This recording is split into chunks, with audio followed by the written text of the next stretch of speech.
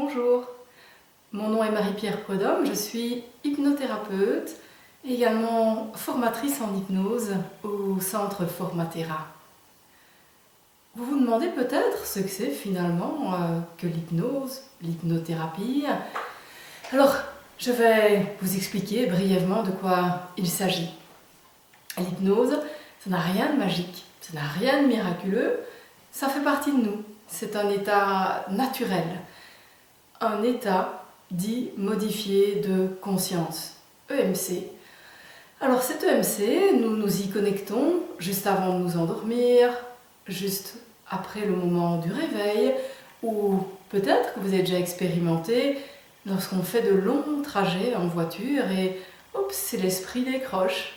On ne sait plus très bien depuis combien de temps on roule, ou on a l'impression de ne pas avoir vu le panneau de limitation de vitesse quand on voit celui qui signale la fin de limitation de vitesse.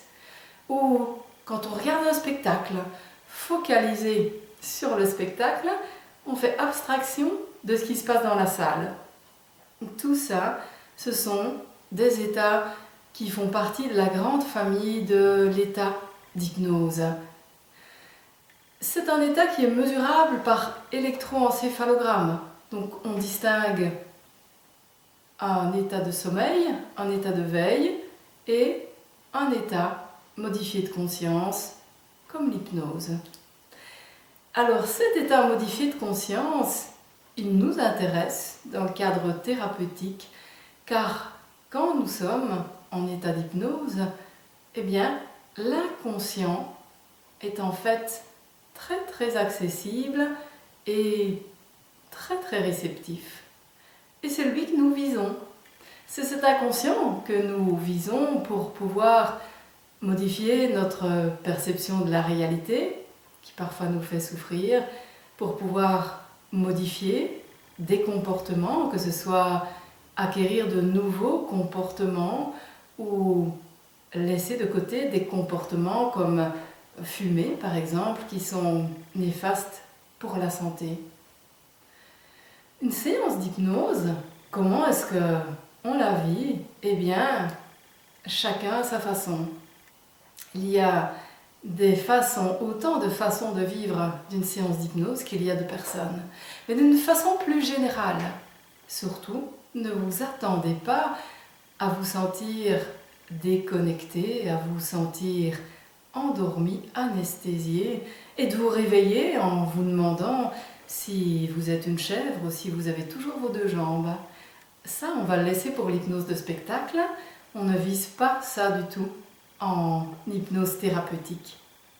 Alors, plus sérieusement, une séance d'hypnose pourrait revenir à un moment de concentration, à un moment d'hyperconcentration.